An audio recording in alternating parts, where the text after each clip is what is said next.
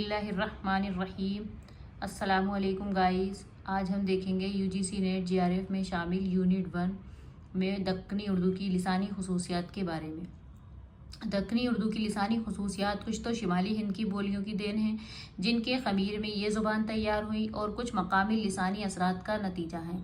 दक्कन के इलाकाई बोलियाँ ख़ुसूसन मराठी के असरात की वजह से दक्कनी उर्दू में चा ताकीदी और नकू का इस्तेमाल हुआ है। दक्कनी उर्दू पर तेलुगु और द्रविड़ी ख़ानदान की दूसरी बोलियाँ और ज़ुबानों के असरात भी पड़े हैं, लेकिन ये इतने वाज़ेह नहीं हैं, जिसकी वजह शायद ये है कि दक्कनी उर्दू का ख़मीर हिंद आरियाई से तैयार हुआ था, जबकि तेलुगु और जुनूब की दूसरी ज़ुबानें लिसानी ख़ानदान से ताल्लुक़ रखती हैं, लिहाजा उन ज़ुबानों की अजनबियत दक्कनी उर्दू से दूरी का सबब बनी। अब हम दक्कनी उर्दू के लिसानी खसूसियात सौतियात के हवाले से बयान करेंगे। सोती खसूसियात।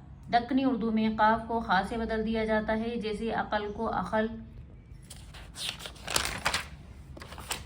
दक्कनी उर्दू में बाज़ हिकारी आवाज़ें हज़फ कर दी जाती हैं, जैसे मुझ, मुझ, कुछ, कुछ, साथ, साथ वगैरह।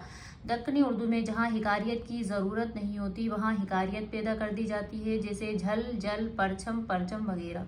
दक्कनी उर्दू में दरमियानी हाँ भी गिरा दी जाती है, जैसे कहाँ, कहाँ। दक्कनी उर्दू में तजदीद का इस्तेमाल कसरत से होता है, मसलन खल्लक, हवा, बत्ती वगैरह। वीडियो पसंद आए तो लाइक करें, शेयर करें, चैनल को सब्सक्राइब करें, बेल आइकन की घंटी को प्रेस करें ताकि हर नई आने वाली वीडियो की नोटिफिकेशन आप तक पहुंच सके।